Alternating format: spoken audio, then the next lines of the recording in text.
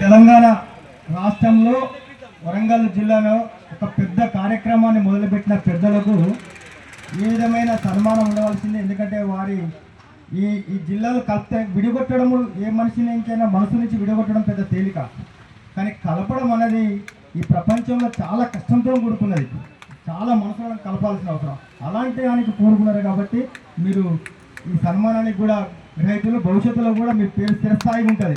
ఒక తుగ్గులకు చేసిపోయిన మంచి చెడ్డ పనిని మంచి మనసుతో మీరు తీర్చిదిద్దుతున్నారు. కాబట్టి ఇవాళ రేవంత్ అన్న ప్రజా పరిపాలనలో పీపుల్స్ ఏదైతే పబ్లిక్ ఏదైతే కావాలనో, ఎక్కడైతే పబ్లిక్ ఏం కోరుకుంటారో అదే మాత్రం చెవులతోని కళ్ళతోని అన్నిటిగా వింటున్నారు. కాబట్టి తెలంగాణ దుర్మార్గ పరిపాలనను అంతమొందించి ఇవాళ కాంగ్రెస్ పార్టీ ప్రభుత్వం వచ్చిన తర్వాత 2 సంవత్సరాలు చూస్తే అక్కడ ఖాళీ కుండలే ఉన్నాయి తప్ప, పేరుకు తెలంగాణ రాష్ట్రం ఉంది తప్ప ₹1 బడ్జెట్ లేదు. 8 లక్షల కోట్ల అప్పు అయితే ఇప్పుడు ఎట్లా సర్దిద్దాలని రేవంత్ అన్న క్యాబినెట్, ఎమ్మెల్యేలు, మినిస్టర్లు ఈ రోజు నేను ఒక విషయం చూస్తున్నా.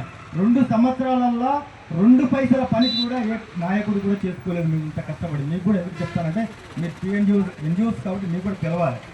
ఈ తెలంగాణ రాష్ట్రాన్ని ఈ ప్రజా పరిపాలనలో ఈ కాంగ్రెస్ పార్టీ ప్రభుత్వం ప్రజలు కోరుకున్న విధంగానే పరిపాలన చేయాలి. ఫస్ట్ మనకు కావాల్సిన ప్రజలు చేయాలనే ఉద్దేశం మీద ఇలా వేలాది కోట్లు దుర్వినియోగం అయిపోతుంది.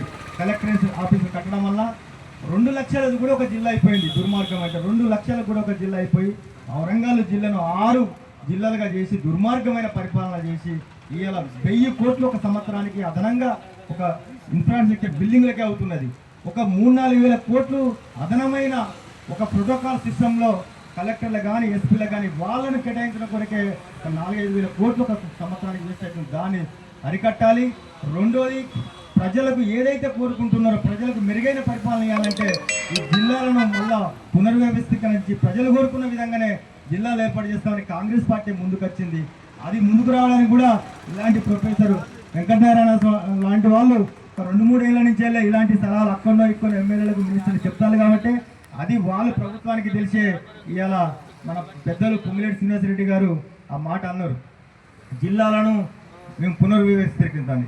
అందులో భాగంగా మన వరంగల్ జిల్లా ఏదైతే కాకతీయుల రాజులు 1000 ఏళ్ల నుంచి కూడా చరిత్ర చూసుకుంటే ఎక్కడ చూసుకున్నా కానీ ఊరుగల్కు ఒక ప్రత్యేకమైన చరిత్ర ఉంది. అలాంటి చరిత్ర నీవు ప్రపంచ దేశాల పోని, హైదరాబాద్ పోని, ఢిల్లీ పోని, వరంగల్ ఊరుగల్లు అంటే తెలుస్తుంది తప్ప ఈ హన్మకొండ అంటే ఈ ములుగు అంటే తెలుస్తలేదు, అర్థమైతలేదు.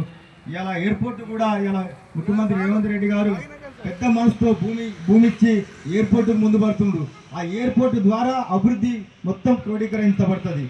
ఈ ఎయిర్పోర్ట్ ద్వారా మన పిల్లలు ఇతర దేశాలన్నా లేకపోతే పారిశ్రామికవేత్తలైనా ఎవరైనా ఎయిర్పోర్ట్కి వస్తారు.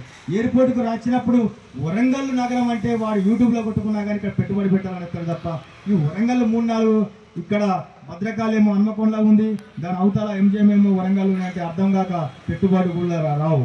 ఇవాళ ఫ్యూచర్ సిటీతో ప్లాన్తో 2200 చదరపు కిలోమీటర్లతో ఏదైతే ఫ్యూచర్ సిటీ హైదరాబాద్ను డెవలప్మెంట్ చేస్తున్నారో అయ్యా ముఖ్యమంత్రి గారు, మంత్రులు, ఎమ్మెల్యేలకు మీ అందరికీ 2 చేతులు జోడించి మా ప్రజల తరఫున మేము కోరుతున్నాం. కాంగ్రెస్ పార్టీలో ఉన్నా కానీ ఏదైతే మీరు